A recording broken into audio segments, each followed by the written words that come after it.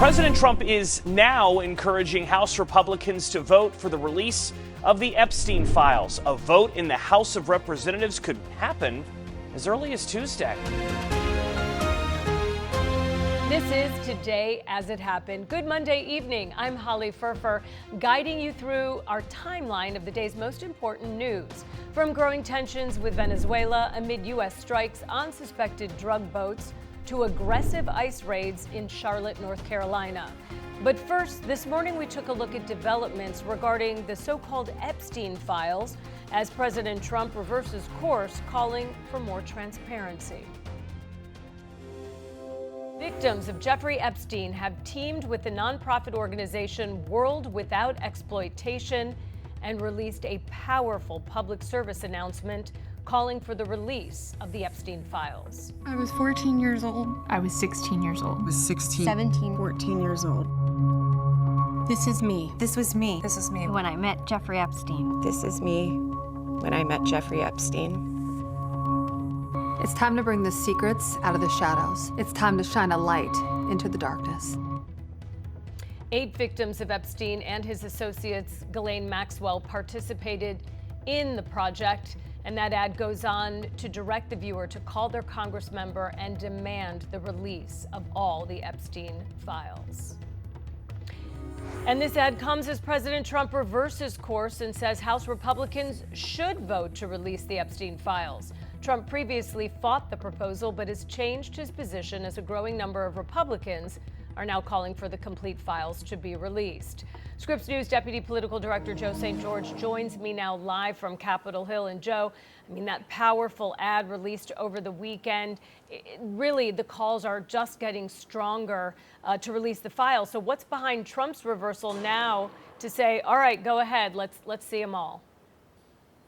It's a powerful video, isn't it? And really puts an important human face to this political saga, which goes back many, many years. I mean, you can get deep into the minutia of this story real quick. The politics of this, it has a conspiratorial tone at times as well, but it's important to remember the women in that video, the victims at the heart of all of this. Now to what's really leading the story today, and that is what we are expecting perhaps as early as tomorrow, and that is a vote in the House of Representatives on the release of Jeffrey Epstein files and files related to Jeffrey Epstein associates.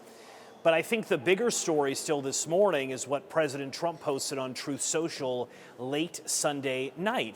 And that is this. We'll pull up the Truth Social post right here, since this is the big story. Quote, House Republicans should vote to release the Epstein files because we have nothing to hide, President Trump writes, and it's time to move on from this Democrat hoax perpetuated by radical left lunatics in the Democratic Party. He went on to say nobody cared about Jeffrey Epstein when he was alive, and if the Democrats had anything, they would have released it before our landslide election victory. So it's a lengthy post by the president, but the first sentence, the first 2 lines is the most noteworthy part because it is an about face. It is a reversal from what we were reporting last week. This is one of those stories where we'll continue to report the facts, but the facts sometimes can change and move around, and we'll track them as they come about.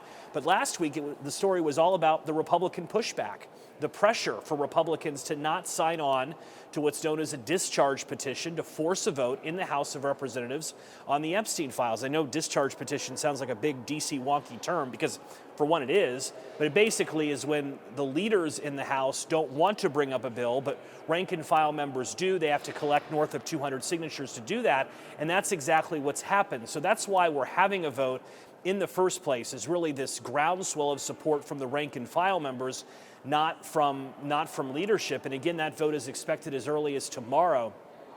Why did President Trump change his mind? The train had started to leave the station on this vote. I mean, you had Democrats planning on voting for this. You had a number of Republicans planning on voting for this. And then you had even more number of Republicans starting to become more interested in entertaining the idea of voting for this as well. This may be a way for President Trump to prevent a loss in the U.S. House. Remember, the source of his political power is driven in a large part by a multitude of factors, but one is his ability to really move the U.S. House of Representatives here in 2025. He was influential in the speaker vote. He was influential in the One Big Beautiful Bill vote. He was influential last week in reopening the government. And this is maybe a way to keep that influence strong, recognizing that this train was heading in one direction and get ahead of it a bit. When this vote happens, again, early as tomorrow is when we expect this to take place. Keep an eye on the margins, because I think that'll be a big part of the story. We're still unclear if the Senate's going to take up this legislation. Yes, the president is supporting the Republican voting on this, but will he sign it into law? Remember, if this is to do anything, it needs more action. If north of 300 members of Congress, close to 400 or more, vote for this piece of legislation, it's much harder for the Senate to ignore it, much harder for the president to veto it. So the margins in this story matter a lot. We must stress the president has continued to deny any wrongdoing here. He continues to say anytime his name is dragged through the mud with Jeffrey Epstein, it's Democrats wanting to distract. But at the same time, last week, the House Oversight Committee released new documents, emails, in which Trump's name was mentioned. And there is this flame, this flicker in D.C. that there's more to this story than what 1600 Pennsylvania Avenue is telling us. And that's what's really been fueling this story, not just for the last several months, but for several years on both sides of the aisle. The political right were talking about this in ways the political left was never talking about it. And now you hear a lot from the political left regarding this story. Again, Holly, as we've been saying, Jeffrey Epstein died by suicide in a jail cell in 2019. Nearly 6 years later, his name, his story, his life, which has resulted in victims. You see at the top of our morning rush hour in that powerful video, here we are 6 years later, and Jeffrey Epstein is still the focus of so much of the political conversation in Washington.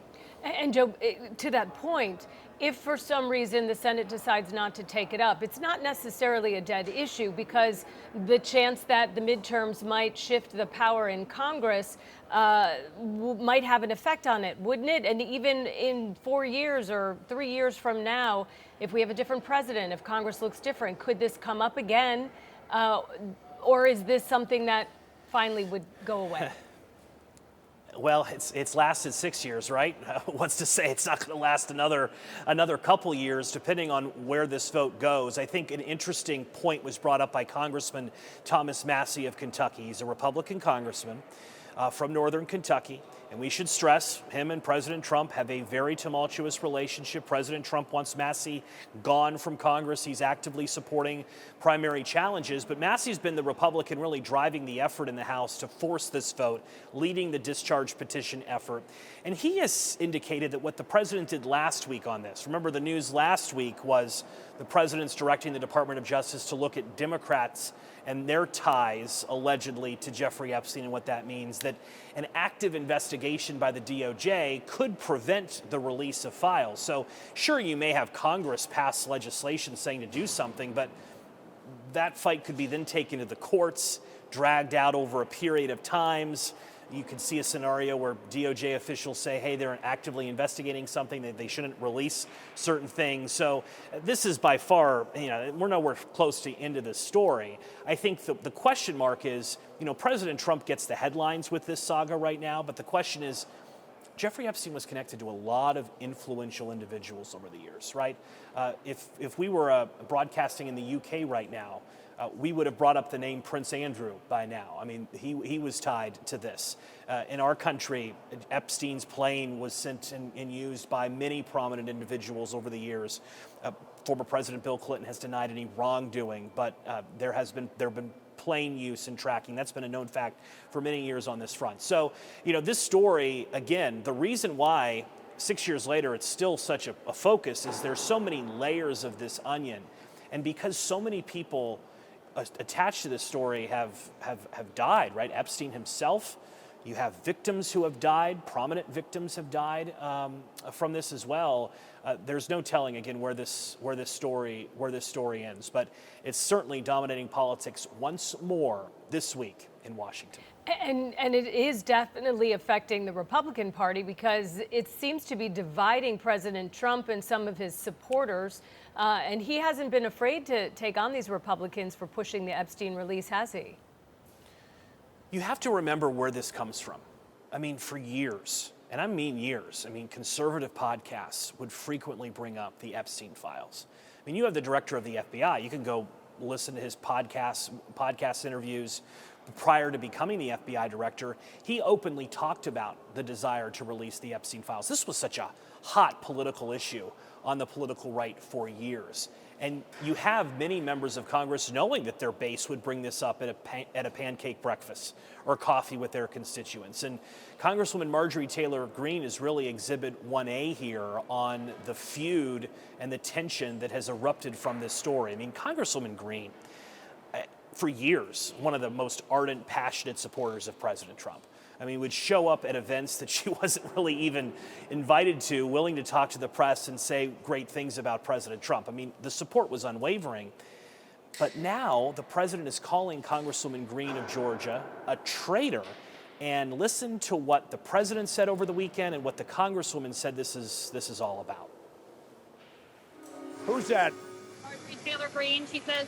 Marjorie Taylor Greene. Unfortunately, it has all come down to the Epstein files. I believe the country deserves transparency in these files.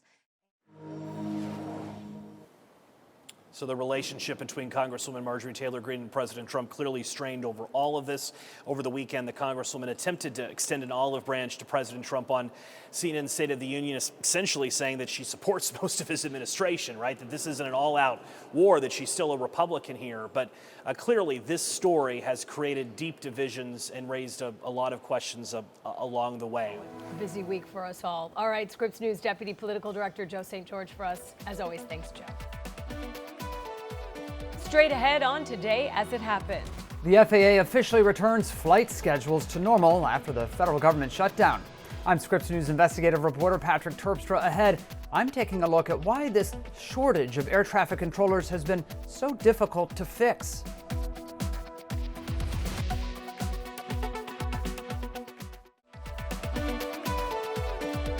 Welcome back to Today as It Happened. Let's return to our briefing of today's leading stories. Historic preservationists are suing to stop President Trump from making changes to the Eisenhower Executive Office building. The president has talked about painting the building white. The groups in opposition want any changes to go through a standard review process first, arguing changes could cause irreversible damage to the building built in 1888. The building now houses the vice president's office and the National Security Council. Preservationists are concerned because Trump already paved over the Rose Garden and knocked down the East Wing for a ballroom. Investigators are still trying to figure out what caused a house explosion in Chino Hills, California. That blast injured 8 people and forced the evacuation of 16 homes on Sunday.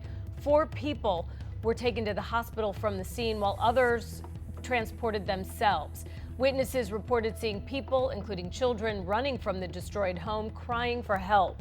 Residents whose homes were not damaged have been allowed to return. Airlines are resuming normal schedules today after the FAA lifted flight restrictions at 40 major airports. Now, the agency says it's seeing improved safety trends and fewer staffing issues at air traffic control facilities following the government shutdown. The FAA had limited flights since November 7 due to safety concerns and staffing shortages at air traffic control facilities.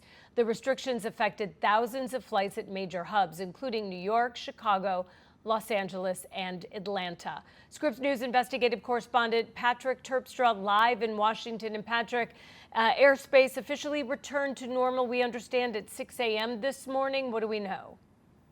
That's right, Holly, and just in time for the Thanksgiving travel rush that begins, of course, next week. So far, only 42 flight cancellations today for any reason. 42. Compare that with 3,000 flight cancellations about a week ago. Still, even though this government shutdown is over, this shortage of air traffic controllers will go on. 14,000 air traffic controllers work to keep planes safely separated, but there's a need for 3,000 more people to fill these crucial jobs. The number of trained eyes monitoring the skies has been falling for years. A congressional study this summer showed a lack of controllers at major airport hubs, including Atlanta, Los Angeles, Dallas. Controllers have been working mandatory overtime and 6-day work weeks. Even before the shutdown, airlines had been scaling back flights during peak times to avoid traffic delays. We have not trained enough people to be air traffic controllers over the past 15 years. Karen Fye at the Georgia Institute of Technology says for years, Washington hadn't focused on backfilling controllers required by law to retire from the intense job at age 56, unless granted an exception to work until age 61. Making matters worse, previous government shutdowns, hiring freezes, and the pandemic, all slowing the long process of training at the Air Traffic Academy in Oklahoma City. Training has often been lumped as a non-essential service, and so therefore we stopped training people at the training center in Oklahoma, and it makes this huge gap so that people just don't come out in the numbers that we need them to come out.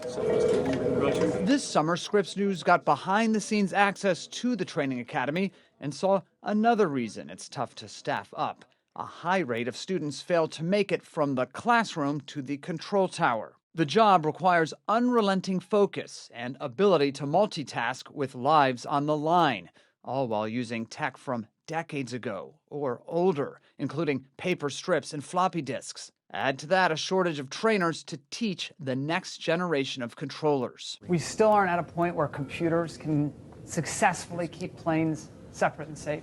No, I think you're always going to have the human in the loop separating the airplanes. It won't be in my lifetime that we will have AI clearing someone for takeoff. Ever since the deadly January collision of a passenger plane and Army helicopter in Washington airspace, the Trump administration has focused on hiring more controllers, offering bonuses for those willing to stay on the job longer. And Fye says the cancellations caused by the shutdown may inspire more action to finally staff up air traffic control. There is not a short-term, next 24-month kind of fix, but I do think some strategic changes could have some very lasting impacts and would make the whole system more robust. A system under strain, even with the shutdown over.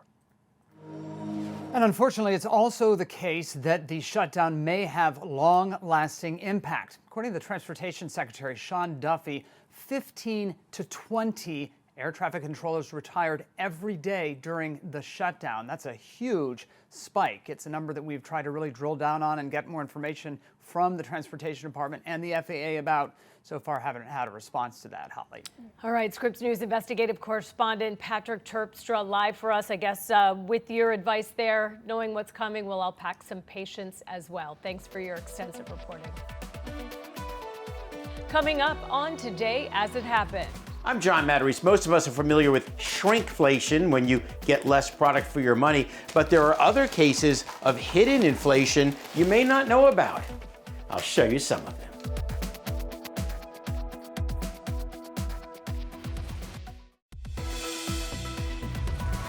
You're watching Today As It Happened, Scripps News recap of the day's biggest events and stories. So let's dive right in. A new report shows roughly 1 in 4 pregnant women in the United States do not get prenatal care in their first trimester. The March of Dimes study found that only 75% of babies last year were born to mothers who started early prenatal care. Experts say beginning care early is critical for understanding how to best support a pregnant mother's health. A new option if you want to take the popular weight loss drugs Wegovy or Ozempic. Novo Nordisk announcing Monday that it's offering the first 2 monthly doses for $199 for the lowest dosage. Refills will go up to $349 a month, but you'll have to buy without going through insurance. Now, you'll be able to find this option at Costco, GoodRx, Weight Watchers, and many other pharmacies. Smaller packages, lower quality ingredients, and fewer perks. Those are all signs of hidden inflation. And unfortunately, in all these cases, customers end up paying the price. Larissa England's holiday shopping list comes with a heftier bill this year. Especially those high-end toys, way overpriced. Debbie Ostling finds products are getting smaller. I notice a size change in some of the things. Paul Ricci is CEO of the financial services company Best Egg. He says inflationary price hikes are obvious and easy to spot. What's a little harder to track is when prices are staying the same, but you're getting less product, you're getting worse quality. Hidden inflation comes in several forms. First, shrinkflation. That means paying the same price for a smaller size. Skimpflation, same price for lower quality ingredients. And sneakflation, same price, fewer perks, such as airlines charging extra for seat selection and carry-on bags. Ricci suggests shoppers read reviews to see if what you're paying matches your expectations. If you're not getting the same product for your dollar today as you were before, that should affect your decision to buy that product.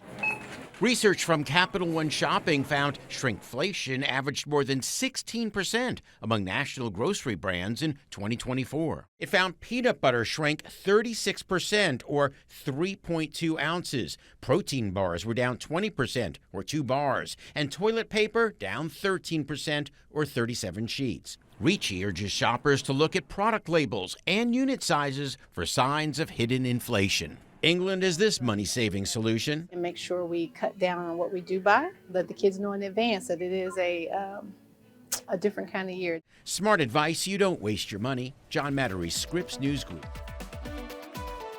Coming up on Today As It Happened. What we have with this settlement is an agreement for Visa and MasterCard to lower these interchange fees by a small percentage point every year over the course of several years.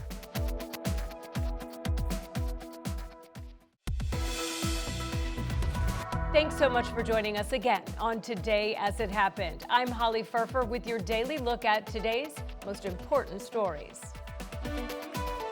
President Trump is set to host Saudi Crown Prince Mohammed bin Salman at the White House Tuesday. Normalizing relations between Saudi Arabia and Israel is expected to be a top agenda item. Trump is pushing for a U.S. brokered deal to expand his first-term Abraham Accords. While internal assessments suggest Saudi Arabia will not sign on anytime soon, there's cautious optimism in the Trump administration that an agreement could be reached by the end of his second term. But victims of the 9/11 attacks released a statement on this visit saying, in part, Washington is rolling out the red carpet for the Saudi crown prince, but a recent ruling by a federal judge in New York says that Saudi Arabia must stand trial for its role in the 9/11 terrorist attacks that murdered 3,000 of their loved ones. Israeli Prime Minister Benjamin Netanyahu vowing Sunday to oppose any attempt to establish a Palestinian state. His comments come before the UN Security Council planned vote on a U.S.-drafted resolution on Gaza later today. That U.S. proposal would establish an international stabilization force in Gaza, despite opposition from Russia, China, and some Arab countries. Netanyahu says creating a Palestinian state would reward Hamas and lead to a larger Hamas-run state on Israel's borders. But he is facing heavy international pressure to show flexibility on Palestinian independence. Well, it turns out that making six figures isn't the brag that it used to be. A new Harris poll finds nearly 1 in 3 high earners say they are struggling financially. 64% of six-figure earners say their salary is survival mode, not a sign of wealth. The top expenses draining their paychecks are groceries, housing, and healthcare. 3/4 have used credit cards in the past 3 months because they ran out of cash, and more than half say the American dream no longer feels attainable. And for more than 20 years, retailers and credit card giants Visa and MasterCard have been battling in court over those so-called swipe fees. That's that small percentage merchants pay every time you use your credit card. Now there is a new proposed settlement on the table, but both sides are far from agreeing on what it really means for businesses and for consumers. Business and tech correspondent Maura Barrett joins us now with what you need to know. So Maura, what is actually in this proposed settlement and why now after these 2 decades of fighting?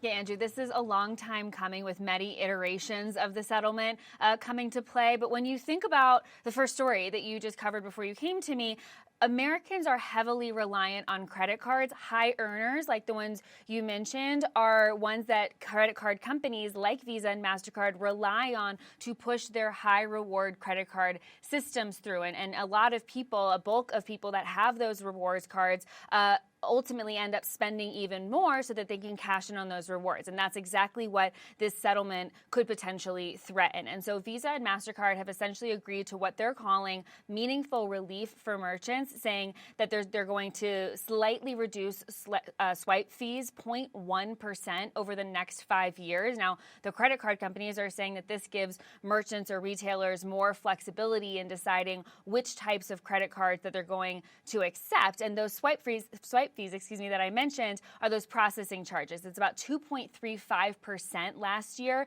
we heard from retail groups. And so basically, if you're making a $100 credit card purchase, the merchant that you're buying from is paying $2.35 on that purchase. And so understandably, retailers are upset about this, and retail groups are now arguing that that 0.1% compromise that the credit card companies are so excited about, they say it's not enough because fees over the last few years have skyrocketed. It's driven up those consumer prices. The National Retail Federation estimating that it was almost $1,200 a year that those prices are being driven up over the past couple of years. And so they're basically saying that this settlement barely moves the needle. They're calling it window dressing, and then that because the fee reduction is just 1/10 of the percentage point, that's just the difference between last year's and this year's rates. And so they are pushing back against this agreement. It is in favor of the credit card companies, they say. I wanted to hear from Sarah Rathner. She's a NerdWallet credit card expert that I spoke with this morning about how retailers now are thinking about how they would move forward if this settlement is approved. Some retailers will build the cost of these fees into the cost of doing business, and so consumers don't necessarily see an impact one way or the other. They might also roll the cost of those fees into the pricing that they charge for the items that they sell, so they might have slightly higher prices as a result. And so to get to that rewards issue that I was mentioning, if credit card companies aren't bringing in extra cash from those swipe fees, they then won't be able to potentially cover those rewards to the extent that they are right now for those folks that have the high-level Visa and MasterCards and really do cash in on what those rewards look like, whether it's for dining or travel, for example. I think we're all familiar with how much of a perk those can be. And so those terms and conditions could be adjusted if this settlement does take effect, Andrew. So I get retailers are unhappy, but what does it mean for consumers and what are some of the next steps here? Sure. So timing-wise, I was able to speak with an official who's familiar with the settlement details. A federal judge has to look over, they've set a December 12th deadline for anyone to file objections to the proposal. The National Retail Federation tells me that they plan on filing those objections, as well as some other merchants that have spoken out against the settlement. And so after that, that's when we could see a preliminary approval. It's likely to take a couple of months, and so that could be at some point in February, I'm told, and then it will take several months after that to really set the terms before it's implemented. So realistically, consumers don't need to worry about this until fall of 2026, especially because whether the credit card companies lose or the retailers lose, we're likely to see an appeal. And so you start to get the sense and understanding as to why this has gone back and forth for 20 years. It has gone through this process before, and a judge did deny it, so that's why we're here as it is right now. Ultimately, retailers argue that the settlement doesn't fix the crux of the issue, this whole honor all cards rule. And so basically that says if a merchant says, hey, I'll take Visa, they have to be the lowest end Visa all the way up to the highest end Visa. And basically merchants are saying that because this settlement creates these new card categories, it ultimately doesn't even help them that much in terms of the swipe fee. And so basically, as an alternative, the retail groups like the National Retail Federation, for example, they're pushing Congress to pass what's called the Credit Card Competition Act, and that would force big banks to offer at least one alternative processing network. And so that would then, they say, inject more competition and ultimately save both merchants and consumers a lot of money. And so all in all, this won't be changing anytime soon, but it's important to be aware of because I don't know about you, but some of us have a wedding coming up and some of us are saving up our points to go on a honeymoon. So you do have that long-term trajectory that people are really banking on, Andrew. Yeah, you have an opportunity to rack up those rewards. So hopefully nothing changes to prevent you from doing that. Our business and tech correspondent, Maura Barrett, for us. Maura, thank you. Straight ahead on Today as It Happened. We've seen masked, heavily armed agents in paramilitary garb driving unmarked cars, targeting American citizens based on their skin color, racially profiling and picking up random people in parking lots and off of our sidewalks.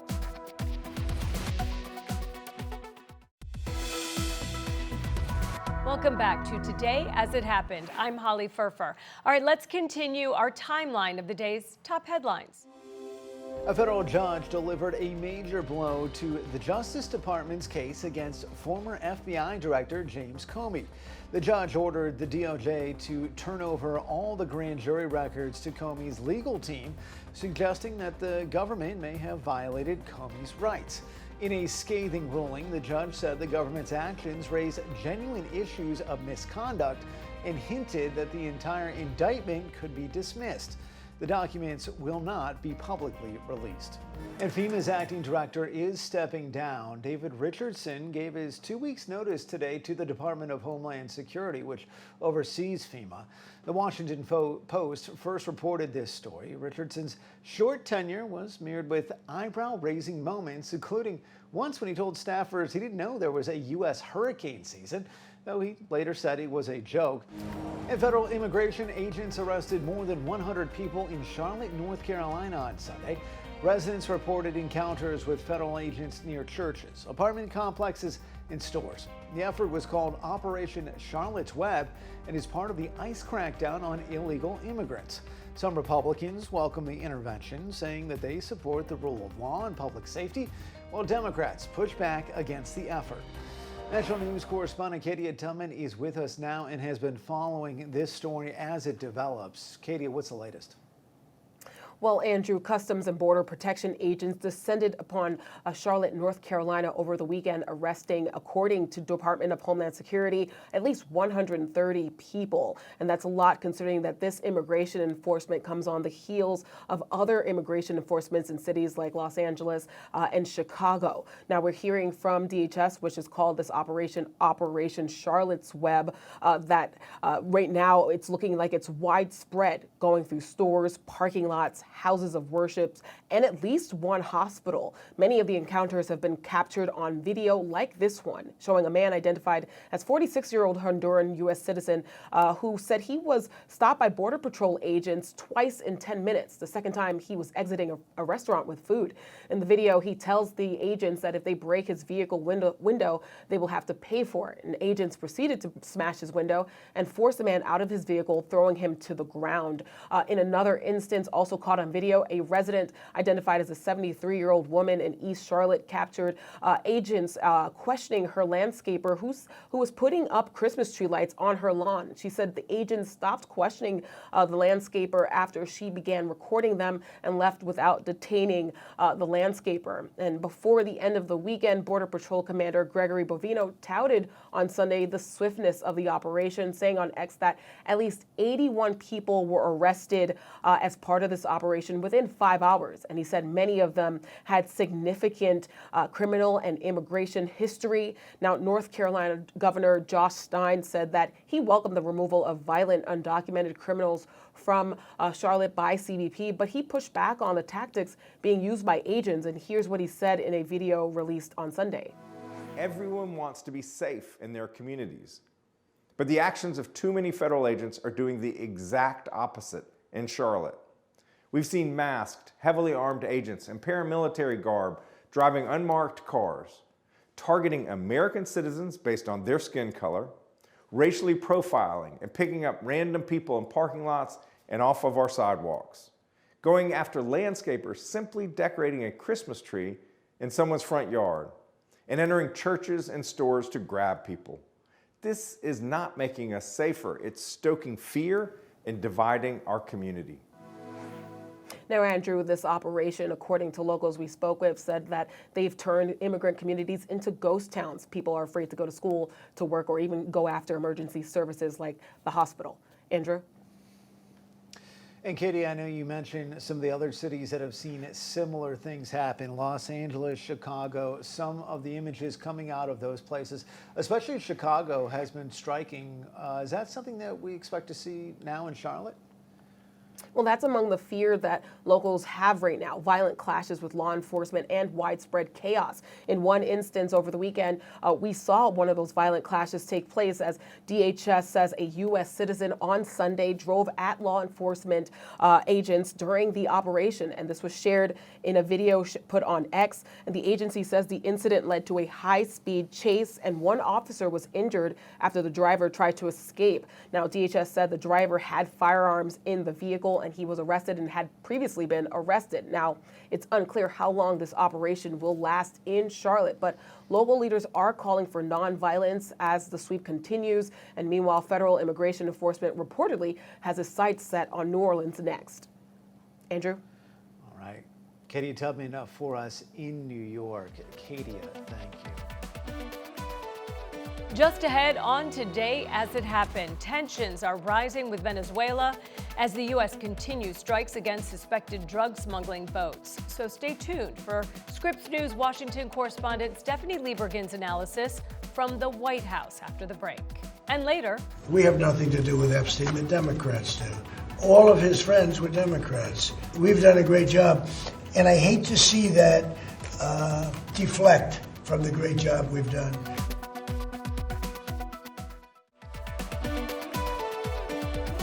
welcome back to Today as It Happened, Scripps News end of day snapshot of our biggest story. So let's pick up where we left off. And some breaking news here. Markets closing today in the red. The big board now nearly 560 points down. That means the sell-off continuing from last week, caused by investor concerns that the Fed will not slash key interest rates once economic data is made available for the first time since the shutdown. Investors not happy after a senior Federal Reserve official saying that the central bank needs to proceed slowly with more rate cuts. Today's sell-off also about tech stocks and concerns the AI bubble leaning towards bursting sooner rather than later. And the State Department is designated a Venezuelan criminal group as a foreign terrorist organization. Secretary of State Marco Rubio says Cartel de los Soles has ties to Venezuelan President Nicolas Maduro and is responsible for terrorist violence across the Western Hemisphere. The group also traffics drugs into the United States and Europe. The designation takes effect next week and comes as the U.S. has increased its military presence in the Caribbean, including airstrikes on suspected drug trafficking boats. Scripps News Washington correspondent Steph Liebergen joins us now from the White House North Lawn. Steph, we heard some new comments from the president a short time ago. What are you hearing? Hey, Andrew, good afternoon. Well, the president has said again today what we heard from him first yesterday, that he says Venezuela is wanting to talk to him and that he is willing and open to talk to Venezuelan President Nicolas Maduro. He didn't offer any details on when that might happen or what exactly would be on the agenda for that phone call, but just said in a certain period of time that he would talk to Maduro. And as you noted, this possibility of a conversation of communication between President Trump and President Maduro is coming amid continued strikes on boats in international waters. The latest strike just happening over the weekend on Saturday, killing an additional 3 people. There have now been 21 attacks, 21 of these boat strikes so far, killing at least 83 people. And all of this also while the U.S. Carrier Strike Group, the USS Gerald R. Ford, arriving in the Caribbean, really increasing the amount of military might that the U.S. has there. There are now nearly a dozen Navy ships and about 12,000 Navy sailors and Marine members all in the Caribbean. Part of what they're doing is military exercises with Trinidad and Tobago, and that's something that might be getting the attention of Maduro and Venezuela, because those military exercises will bring U.S. ships within 10 miles of the Venezuelan coast. So there is a lot happening right now when it comes to Venezuela and the president's continued attack on trying to stop drug trafficking pathways toward the U.S. We had millions of people pouring through our border, and many of them came from Venezuela, including Tren de Aragua, the gang. And I guess what I'm hearing, Christy, is that's as bad a gang as there is anywhere in the world. It's the worst. Is Absolutely, that actually sir. Absolutely, they are the worst. I mean, they're worse than MS-13. They're killers. They massacre people. They cut them up into pieces and they bury them in their communities where they grew up. They're horrible people. And we had a lot of them, and many of them, most of them, pretty soon, most of them are going to be out. But they sent them in like we're a dumping ground. All right, Scripps News Washington correspondent Steph Liebergen for us. Steph, thank you. And President Trump reversing his stance on releasing the Jeffrey Epstein files. Earlier today, he wrote on social media encouraging Republicans to go ahead with the vote to release the documents. And moments ago, he went even further. Scripps News congressional correspondent Nate Reed is live on Capitol Hill. Nate, walk us through Trump's abrupt change here. Yeah, if your neck hurts, you might have whiplash, Andrew, because of how quickly President Trump seems to have done a 180 on this one. Really fascinating here that President Trump posting on Truth Social just in the last 24 hours saying that now he is urging Republicans in the House of Representatives to vote yes on releasing the Epstein files, something that he had reportedly lobbied against repeatedly. In fact, calling some of those Republican representatives who'd signed on to that mostly Democrat discharge petition to try and force a vote on releasing the Epstein files. Now that vote could happen up here on Capitol Hill as soon as tomorrow. A lot of questions about just how wide the margin will be that it gets approved. And then, of course, the question of whether the Senate is willing to take it up. President Donald Trump addressing his about face in the Oval Office just a few moments ago. He claims that he has remained, kind of the same belief on this all along. A White House official telling my colleague Haley Bull at Scripps News earlier today that the president's reasoning on this and the president's thinking has not changed. But I want you to hear what the president said in the Oval Office just a few moments ago. We have nothing to do with Epstein. The Democrats do. All of his friends were Democrats. We've done a great job. And I hate to see that deflect from the great job we've done. So I'm all for it. We've already given 50,000 pages. You do know that. Unfortunately, like with the Kennedy situation, with the Martin Luther King situation, not to put Jeffrey Epstein in the same category, but no matter what we give, it's never enough. What's interesting here, too, is when you look at Capitol Hill, a lot of members of Congress now coming effectively out of the woodwork in the last week or so, saying that they will support this discharge petition, some of whom never supported or signed on to the discharge petition in the first place, but now saying they'll vote in favor of releasing the files. Also notable that Democrats on the House Oversight Committee, led by Ranking Member Robert Garcia of California, saying that President Trump, in fact, does not need this discharge petition, does not need this bill to come to his desk compelling him to release the Epstein files. He's able to do so on his own without an act of Congress. Still, that vote expected to take place as soon as tomorrow. Again, it'll be instructive, Andrew, to see how many Democrats and Republicans join forces now that President Trump has effectively blessed the effort to compel President Trump to release the Epstein files. Obviously, that big outstanding question of whether the Senate will take this up at all. Senate Majority Leader John Thune expected on Capitol Hill tomorrow. That'll obviously be the top question for the Majority Leader. Thanks for spending part of your evening with us here at Today's It Happened. I'm Holly Furfer. We hope you have a wonderful Monday night.